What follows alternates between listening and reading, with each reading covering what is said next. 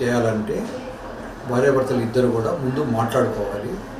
వాళ్ళిద్దరికీ అలర్జీస్ ఏమైనా ఉంటే అవన్నీ అవాయిడ్ చేసుకోవాలి.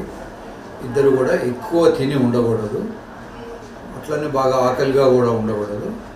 అవసరం అనుకుంటే ఒక స్వీట్ ముక్కనో అదో తినేసి, అందుకనే మన ట్రెడిషన్లో ఫస్ట్ నైట్ నాడు బెడ్రూమ్లో అన్ని రకాల స్వీట్లు పెట్టేవాడు.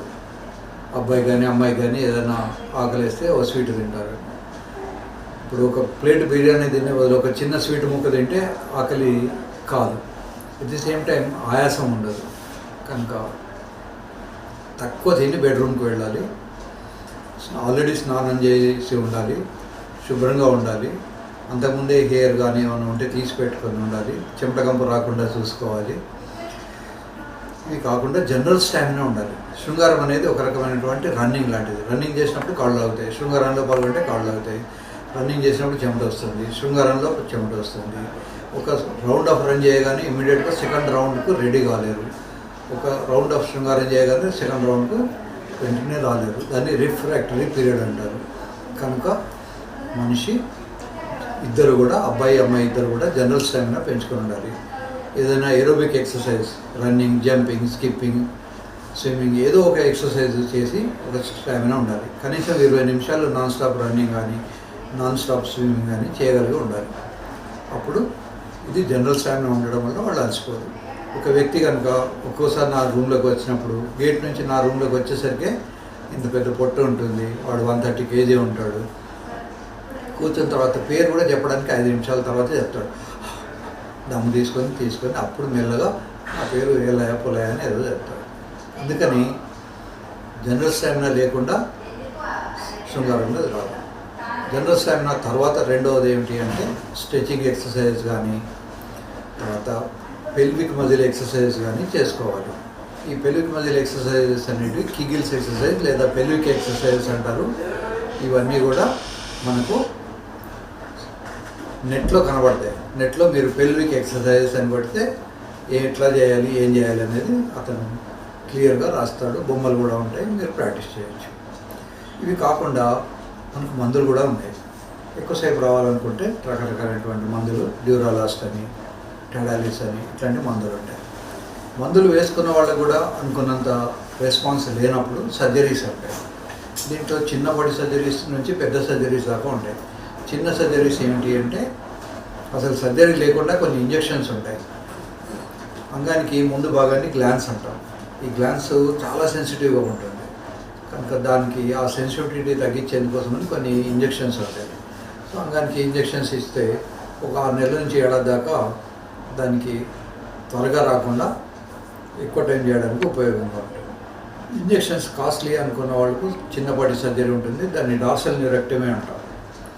సో ఇది గ్లాన్స్, దీనికి మనం ఇంజెక్షన్స్ ఇస్తాం. ఇది కాకుండా డార్సల్ న్యూరెక్టమీ అని పైవైపు ఇటొక నర్వ్ ఉంటుంది. ఈ నర్వ్స్ని కట్ చేస్తాం.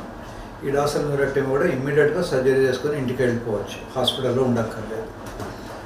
ఇంకా ఇవి రెండు కాకుండా ఇప్పటికీ సర్జరీలో వల్ల కూడా వాళ్ళకి అనుకున్న రెస్పాన్స్ రాలేదు, అనుకున్నంత తృప్తిగా లేదు అనుకున్నప్పుడు ఇంప్లాంట్ చేస్తాం. ఇంప్లాంట్ పెట్టినప్పుడు లోపలికి ఒక రాడ్ పెట్టి లోపల పెట్టి కుట్టి పెడతాం. ఈ రాడ్కున్న హార్డ్నెస్ ఫినిష్ కూడా వస్తుంది. కనుక ఇది మనందరికీ శృంగారంలో పాల్గొన్నప్పుడు ఇజాక్యులేట్ కాగానే మెత్తబడిపోతుంది. వీళ్ళకి మాత్రం మెత్తబడడం అనేది ఉండదు. కారేది కారుతుంది, కారినా వీళ్ళకి ఇలాగే గట్టిదనం కంటిన్యూ అవుతుంది. సో వీళ్ళు గంటలు చేసినా కూడా వీళ్ళకి ఏమీ ప్రాబ్లం ఉండదు. So that is basic. So medicines ఉన్నాయి, సర్జరీస్ ఉన్నాయి, దానికన్నా ముందు simple lifestyle changes, exercises ఉన్నాయి, సర్జరీ ఇష్టం లేని వాళ్ళకు ఇంజెక్షన్స్ ఉన్నాయి. There are so many things. కనుక ఫస్ట్ థింగ్ ఇస్ వెయిట్ కాకుండా చూసుకోవాలి. హెవీ వెయిట్ ఉన్నప్పుడు తొందరగా అలసిపోతారు, కనుక హెవీ వెయిట్ రాకుండా చూసుకోవాలి. ఆల్రెడీ వెయిట్ ఉంది, తగ్గించుకోవడం కష్టమవుతుంది అన్నప్పుడు ఫీమేల్ టాపర్ అనాలి. అమ్మాయి పైన కూర్చున్నప్పుడు కూడా మనకు శృంగారంలో ఎక్కువ టైం వచ్చే అవకాశం ఉంటుంది. తర్వాత స్ట్రోక్ కెపాసిటీ. ఒక వ్యక్తి స్ట్రోక్ అంటే గట్టిగా లోపలికి తోసేయడం. ఆ వ్యక్తికి 4 strokes వచ్చే కెపాసిటీ ఉండొచ్చు, 10 strokes ఉండొచ్చు. ఈ 10 strokes కూడా గబగబా 1 నిమిషంలో గ్యాప్లోనే ఇవ్వచ్చు, 1 నిమిషం ఆగి మళ్ళీ ఇంకో స్ట్రోక్ ఇవ్వచ్చు, ఇలా 10 నిమిషాలు దాకా చేయొచ్చు. కనుక నెంబర్ ఆఫ్ స్ట్రోక్స్ మధ్య గ్యాప్ ఇచ్చుకోవడం. సామాన్యంగా అలా గ్యాప్ ఇచ్చినప్పుడు మరి మెయింటైన్ అవుతుందో లేదో హార్డ్గా అని అనుకోకుండా అప్పుడు అమ్మాయి స్ట్రక్చర్ను ఎంజాయ్ చేయడం నేర్చుకోవాలి. అమ్మాయి షోల్డర్స్ కానీ బ్రెస్ట్ కానీ ఇవన్నీ వెంట్రుకలు ఫేసు ఇవన్నీ ఎంజాయ్ చేస్తున్నప్పుడు అది మెత్తబడకుండా ఎరెక్షన్ కంటిన్యూ అవుతుంది. సో మందులు ఉన్నాయి, మందులు లేకుండా ఇవన్నీ కూడా ముందు ట్రై చేసి చూడండి. ఇవి పనిచేయని వాళ్ళకి మాత్రమే మందులు, తర్వాత వాళ్ళకి మాత్రమే సర్జరీ, మందులు పనిచేయని వాళ్ళకి. సో ఇది చాలా పెద్ద సమస్య, చాలామందికి ఉంటుంది. త్వరగా అయిపోవడం అనేది ఆల్మోస్ట్ 98-99% ఆఫ్ ది పీపుల్కి ఇదే ప్రాబ్లం. ఈవెన్ బాగా రోజు జిమ్కి వచ్చే వాళ్ళు కూడా ఈ ప్రాబ్లం ఉండొచ్చు. కనుక దీన్ని అర్థం చేసుకొని కంటిన్యూస్గా చేయడానికి అవకాశాలు ఉన్నాయి.